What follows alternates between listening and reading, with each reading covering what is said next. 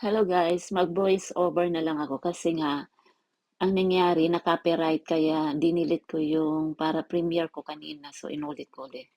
So ito po yung ano namin kahapon, yung lakad namin papunta sa flea market. Super laki siya.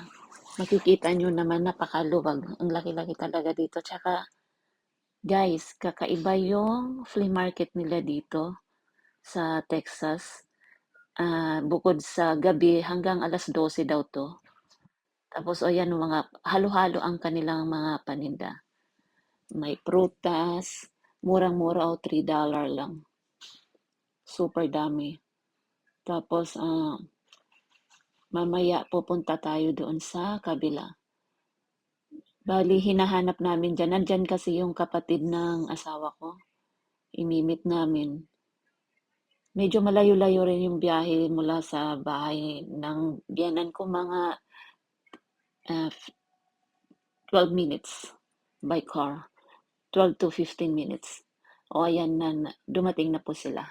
So ayan yung bunsong anak ng kapatid ng asawa ko. So mamaya iikot po kami.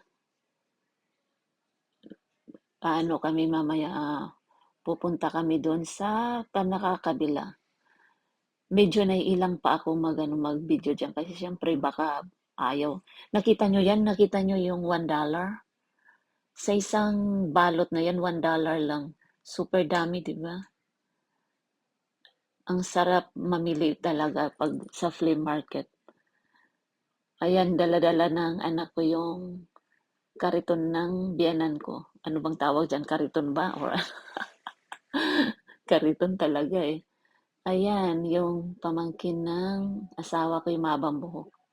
Ang kapatid ng asawa ko yung ano, yung sombrerong nakabaliktad nasa likod. Ayan, nandyan kami muna sa may mga prutas. Tapos, iikot kami. Ayun, sinom ko muna para makita nyo yung doon sa kabila.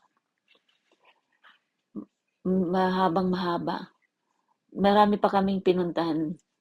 Meron pang sayawan, parang may benefit dance lang eh. Nakakatuwa. Nakakatuwa naman talaga dito ang saya. Medyo nakaka-recover na ako. Hindi na ako nalulungkot. So ayan no, may mga ayun, cellphone nakita nyo to $5. Pero sa bagay, kung ipapalit kasi dyan sa atin sa Pinas, mahal pa rin, no? Yung $5 is kung sa times 58 peso ang palit or 57, mahal. Samantalang dyan sa Baklaran, makakabili ka rin ng pinakamura. Pero dito sa kanila is mura na yan. Ayan. Ayan yung, ayan, nandito pa lang tayo sa mga, ano, gulayan, prutas, ayan, may mga damit na, ano, yung iba mga used clothes na, tapos yung iba naman may mga bago. Ayan no, sa Crooks siya. Ayan, mga panglagay ba sa Crooks, pan-design. Katulad ng binigay sa akin ni Dailin. Ayan, mga damit. So, ayan, pupunta kami. Nandun yung aking baby. Kita ko. Giingay sila doon sa labas. Sana hindi ako makaka-copyright. May tugtog sa labas, kaloka. Nandito guys ako sa kwarto na habang nagbo-voice over, di ba? Ayan, yung suot ng anak ko na yan, akin yan. Tingnan mo, kasya na sa kanya. 10 taon pa lang siya dyan.